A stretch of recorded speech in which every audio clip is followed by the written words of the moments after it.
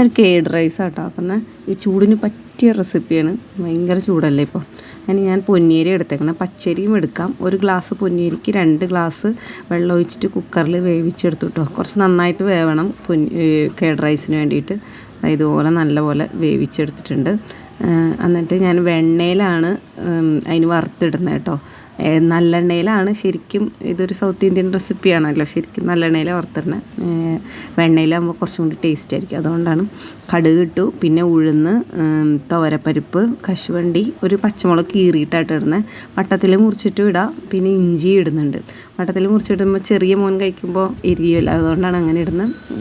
മുളക് കടിക്കാൻ കുഴപ്പമില്ലാത്തവർക്ക് വട്ടത്തിൽ മുറിച്ചിട്ടിടാം കേട്ടോ. പിന്നെ നമ്മൾ ആ വേവിച്ച് വെച്ച ചോറിലേക്ക് തൈരാണ് ചേർക്കുന്നത്.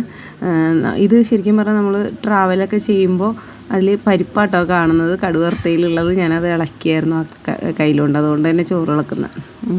ട്രാവലൊക്കെ ചെയ്യുമ്പോൾ കൊണ്ടുപോകാൻ പറ്റിയൊരു ഫുഡാട്ടോ.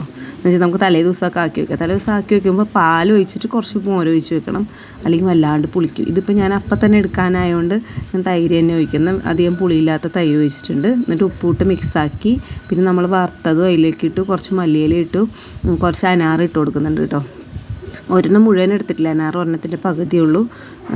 വെറുതെ ഒരു കാണാനൊരു രസത്തിന്. പിന്നെ അതിൻ്റെ സൈഡ് ഡിഷൊന്നും വേണമെന്നില്ല, അത് അങ്ങനെ തന്നെ കഴിക്കാം. അച്ചാർ കൂട്ടി കഴിക്കാം. പക്ഷേ ഇവിടെ സൈഡ് ഡിഷ് വേണം മക്കൾക്ക്. അപ്പോൾ അതുകൊണ്ട് ഞാൻ ഉരുളക്കിഴങ്ങ് ആണ് ഉണ്ടാക്കുന്നത്. ഉരുളക്കിഴങ്ങ് മെഴുക്കോറ്റ് പോലെ, തമിഴിൽ ഉരുളക്കിഴങ്ങ് പൊരിയൽ എന്നൊക്കെ പറയും.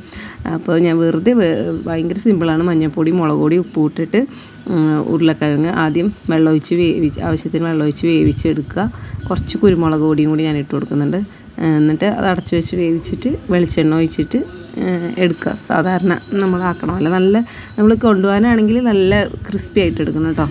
പിന്നെ അച്ചാർ, നാരങ്ങയും ഈന്തപ്പഴവും കൂടിയിട്ട് ഞാൻ ഉണ്ടാക്കിയ അച്ചാറാണ് കേട്ടോ. ശരിക്കും ഈ അച്ചാർ മാത്രം മതി, സൂപ്പർ ടേസ്റ്റായിരുന്നു. പിന്നെ ഒരു പപ്പടവും കൂടി ഇട്ട്. ഇതിങ്ങനെ ഉണ്ടാക്കി നോക്കാത്തവർ ഒന്ന് ഉണ്ടാക്കി നോക്കണേ. വേറെ വീഡിയോസൊക്കെ ഉണ്ട്.